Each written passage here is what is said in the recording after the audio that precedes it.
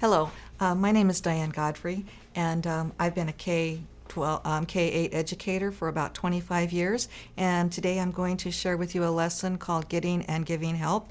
It's intended for kindergartners and should take you around 2 class periods. Okay, one of the things that's really important for young learners is to understand that they can use their words to get help or assistance if they need to. So they need to understand how to tell someone where they're located. So the overview of this lesson is that students need to have this strong vocabulary and spatial relationships. The purpose of this lesson is going to have students identify community helpers and what their jobs are, and then also to practice giving and giving directions in order to help someone. The materials that you're going to need for this lesson will be a large map of the neighborhood that you can use for your classroom demonstration, like this one.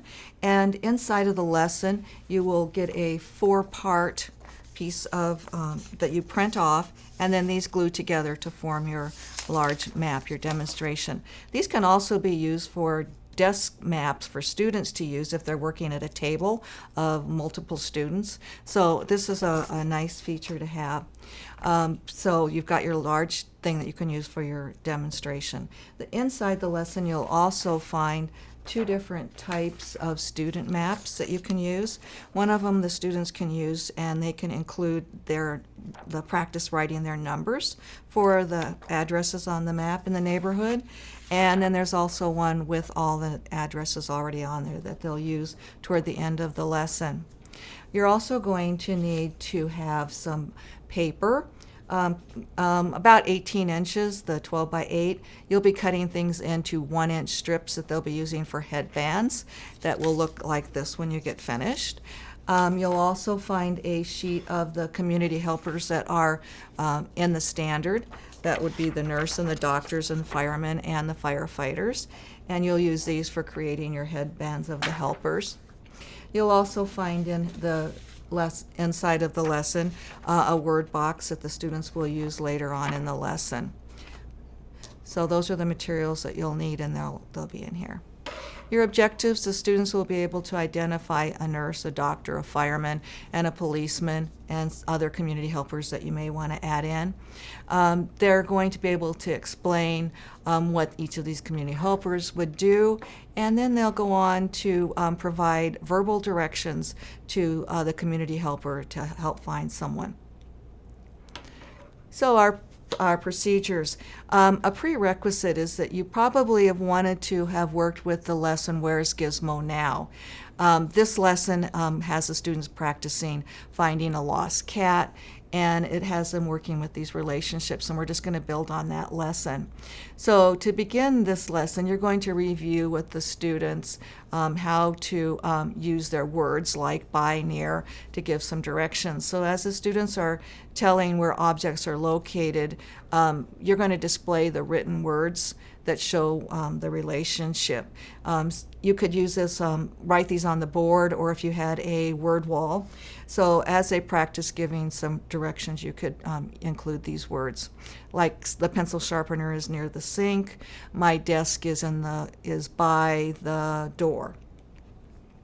So you're going to show your students this neighborhood map, and then they're going to work on placing the numbers in there and practicing.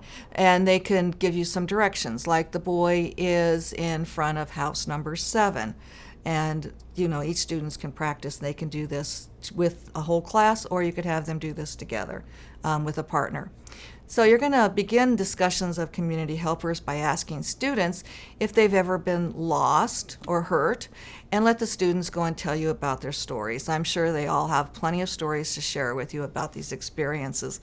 Then you're going to follow up by asking them, well, how did they get help? What did they do? Did they go see a doctor? Did they have a nurse? Did they have, what the community helper did for them?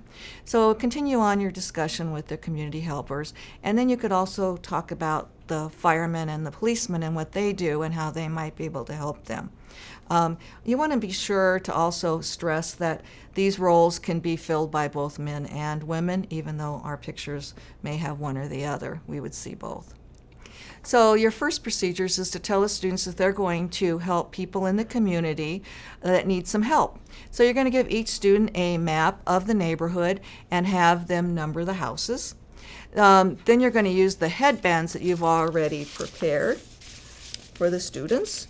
And basically all I've done is just staple a rubber band to the back of the headband and glued the community helper on the front so that it'll fit a variety of head sizes.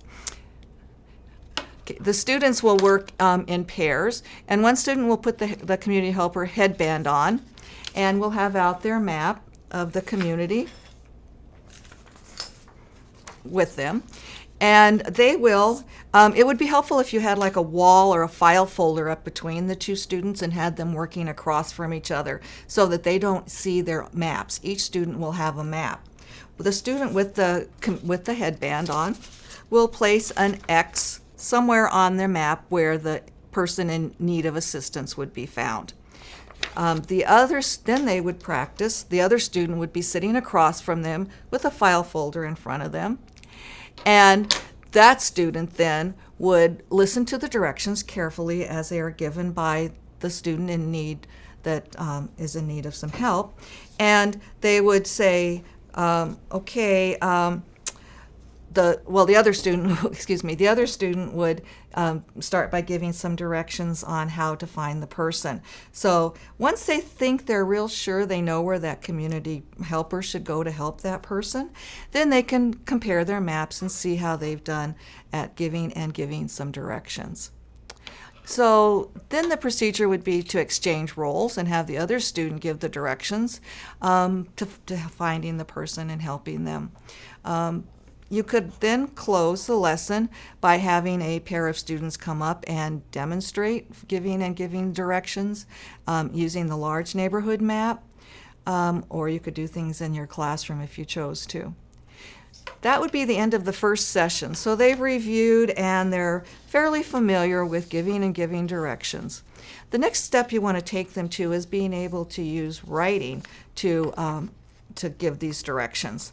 So the students will be given a worksheet that they would use, and they would select some place in the community that they would like to have some directions. And they'll get a sheet that'll look like this that's for their sentence frame that they'll be writing.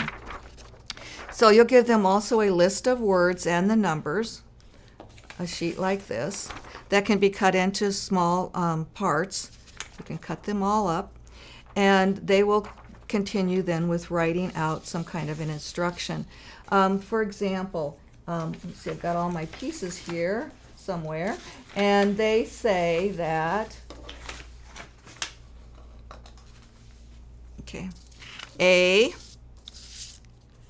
and then a policeman is in front of house number 7. So they can practice first by having these out. And then the next thing they would do, depending on the level of your writers, they could practice actually writing and forming some of these words that you've been working with, as over and under, in front of, and near. So the students then would have completed a sentence frame that would explain how to find something. And it would look something like this, and you can use if the students aren't able to write, they can use the pictures to glue, and you want to have them practice reading and saying their sentence so that they get a chance to do that. So for your assessment on this lesson, you would have an observation checklist, and you could check off as you've walked around and you've observed each of the students demonstrating these skills or not. Then you would know which students may need to have some extra help and some assistance on these. So for an extension on this lesson, you might want to introduce some additional community helpers to the students. Students can give directions by planning a route to some place on their map. They could continue on by finding the shortest and the longest routes to finding people in here, and they could also practice giving directions and finding places in your classroom or even around the school. It might be a good time to get them out into the schoolyard. So this is just another idea of using spatial directions, and the idea that even students at kindergarten are able to learn some geography concepts and apply these to their math and to their language and their writing skills.